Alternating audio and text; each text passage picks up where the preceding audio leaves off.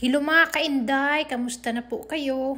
Ito pala ang trending ngayon, yung inumin na milk tea. Sinanap talaga namin ito siya, so nakita namin ito sa Orpos. Dito ang ano pala siya, bukas at saka mag-close sila ng 10 PM ng gabi. So tamang-tama at ito nakita namin. So ang pinili ko talaga is kahit na anong daming pagpipilian, ang pinili ko lang talaga is yung milk tea.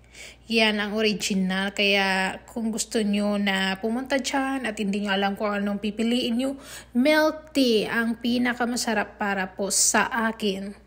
Kaya huwag kayong mag-aalala, tingnan nyo lang ito at malalaman nyo kung gaano kasarap ang milk tea. At ito na nga, nakapag-picture, nakapag-video ako nan dahil sa milk tea, epekto ng milk tea. So kayo dyan, punta na kayo sa Comfort Tea at hanapin nyo ang milk tea. Ayan.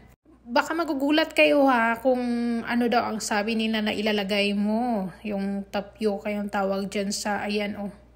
Sa mabilog-bilog na itim. Ayan. Tapioca po ang sasabihin nyo para hindi kayo mawala sa sarap.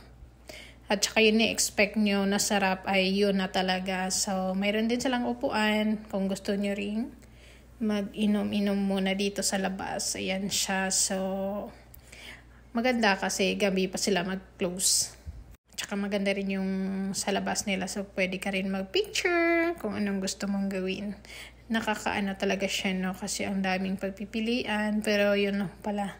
Talagang may masarap talaga, no? Kahit na ang daming pagpipilian. May isa talagang sobrang sarap. So, kadalasan ang binibili ng mga tao ay ito. Ang milk tea na ito. At napakamurang halaga lang. Ito, yung binila namin is maliit siyang malaki. So, nasa, ano lang siya, nasa 14. So, saan pa kayo dyan? O, diba? Dalawa na. Isang malaki at isang maliit. Kaya, gora!